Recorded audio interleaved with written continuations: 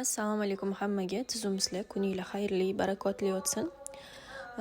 Bu podushkamiz для беременных, homilador ayollar uchun juda ham qulay yastur. Mana shu holatda bola tug'ilgandan keyin ham bemalol o'rtasiga yotqizib qo'yib, kokon sifatida ham ishlatsa bo'ladi. Yo bo'lmasa mana bu yostiq olinadi. O'rtasida bunaqa bo'ylanadigan joyidan yechib tashlab, bemalol oysimon yostiq bo'ladi. Maza qilib ishlatishadi. Обработкаларni ham ko'rsataman. Zamokli, mana ichida anaqasi bor, ustida chexoli bilan. Bemalol usti kir bo'lib qolsa ham yechib yuvishga udobni. Mana обработкалari ichlari overlock qilingan. Bemalol yuvib ishlatishsa bo'ladi.